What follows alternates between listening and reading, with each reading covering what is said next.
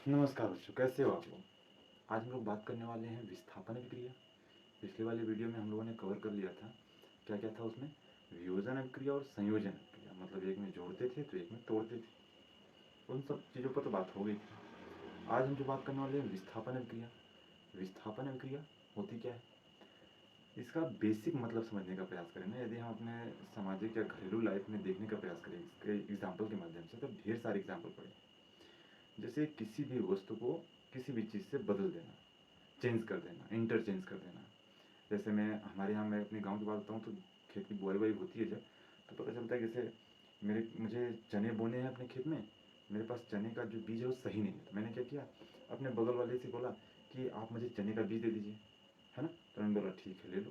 उन्होंने अपने चने का बीज दे दिया। लेकिन कभी कभी ऐसा भी होता है कि उनको कुछ और चाहिए होता है, हमें उनसे कुछ और चाहिए होता है। तो हम क्या करते हैं कि ये सामान दे दिया और उनसे वो सामान ले लिया, मतलब उनका भी काम हो गया, मेरा भी काम हो गया। ढेर सारे, यदि अपने स्कूल लाइफ में देखा जाए तो डेली किसी रास्ते से जा रहे हैं, तो पता चल रहा है नहीं यार, मेरा जो फ्रेंड है ना उस रास्ते से जाऊँगा तो मेरे फ्रेंड का घर पड़ जाएगा और साथ में मिलकर हंसते बोलते चले जाएंगे। हमने क्या किया, जो जो रास्ता था, जिस रास्ते से हम डेली जा रहे थे, उस रास्ते को दूसरे वाले रास्ते से कन्वर्ट कर दिया, चेंज कर दिया, इंटरचेंज मार दिया। यदि इसी चीज़ को यहाँ पर समझने का प्रयास करें तो डिस्प्लेसमेंट कर दिया। किसी एक चीज़ को उठा के हटा के दूसरी जगह पर चेंज कर दिया। जैसे और एक बेहतर ऐसे समझ लो, मैं अपने कोचिंग पर पढ़ रहा था, मुझे ऐसा लगा ना कि यार कोचिंग पे सही पढ़ाई नहीं हो रही, वो जो बगल वाली कोचिंग है ना वहाँ पर पढ़ाई अच्छी होती है, मैं वहाँ पर चला जाता हूँ। तो मैंने क्या किया, अपनी वाली कोचिंग छोड़कर वहाँ पर चला गया। तो ये भी क्या हुआ, एक कहीं ना कहीं डिस्प्लेसमेंट हुआ। हमने क्या किया, विस्थापित कर लिया अपने आप को, वहाँ से हटा के दूसरी जगह लगा दिया। वैसे तो देखा जाए तो पढ़ाई कहीं भी खराब अच्छी नहीं होती, सब जगह सही होती है, बस बात समझने की होती है, किसकी लैंग्वेज मुझे समझ में आ रही है, किसकी नहीं समझ में आ रही है ना। यदि यहाँ पर समझने का प्रयास करें तो जैसे यदि लिख कर तो ऐसे समझ लो कि a प्लस बी सी था, मैंने क्या किया, b को हटा लिया। तो b जब हटाना तो b प्लस ए, बी की जगह a चला गया। ये हो गया आपका विस्थापन।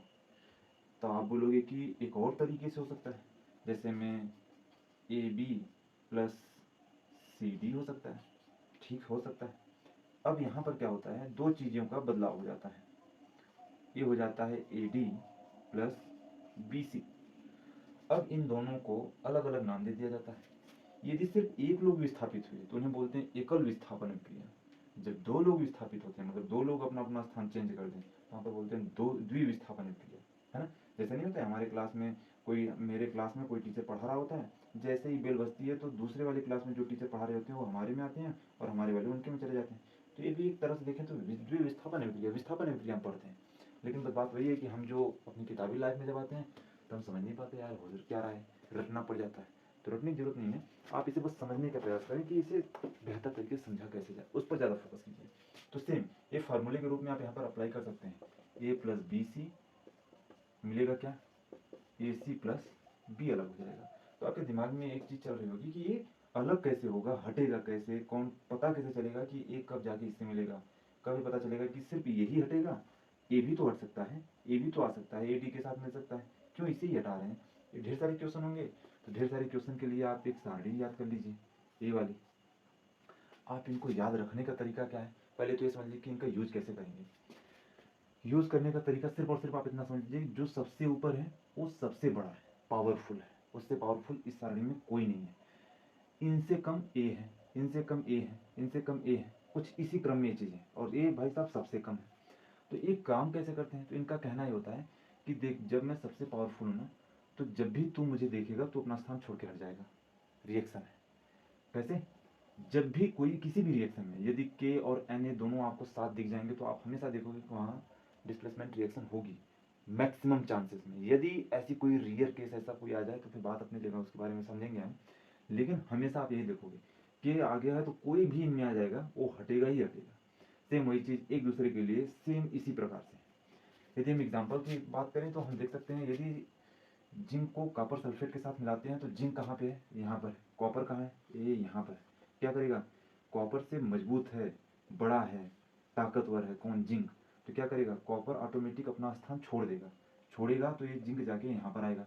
और जब जिंक आ गया यहाँ पे तो क्या लिखेंगे, ZnSO4। अभी तक कॉपर सल्फेट थे, अब जिंक सल्फेट हो गए, अब CO उठ के चले जाएंगे यहाँ पर। यही हो गया आपका विस्थापन क्रिया। सेम यदि चीज़ यहाँ पर देखने का प्रयास करें तो Na आया है और Ag आया है। देखिए Na का है सोडियम यहाँ पर है, Ag यहाँ पर है। अब क्या करेगा, सबसे ज़्यादा मतलब सबसे ज़्यादा नहीं, ताकतवर है किसकी अपेक्षा, Ag की अपेक्षा, तो सेम वही प्रोसेस अप्लाई होगी। Ag यहाँ से चीज़ें छोड़ के अपना घर द्वार सब कुछ छोड़ के हट जाएगा और A यहाँ पर क्या करेंगे, यहाँ पर चले आएंगे। तो इन्हें लिखेंगे NaNO3 प्लस में AgCl, जिसे हम ऑलरेडी पढ़ चुके हैं ये रिएक्शन अवक्षेपण विक्रिया में, है ना। तो ये रहा आपका एकल विस्थापन, द्विविस्थापन। फिर अगले वीडियो में मिलेंगे हम, और क्या रिएक्शन बचे रह गए हैं, अभी तो ढेर सारे हैं, उन पर बात करेंगे। यदि इनमें से आपको कोई चीज़ें न समझ में आई तो जरूर बताइए, उसके ऊपर बात करेंगे। या फिर कोई ऐसा रिएक्शन जो आप नहीं कर पा रहे हो उसके बारे में डिस्कस कर लेंगे, है ना। लेकिन सब मिला जुला कर समझना है अच्छे से, ठीक है। मिलते हैं अगले वीडियो में।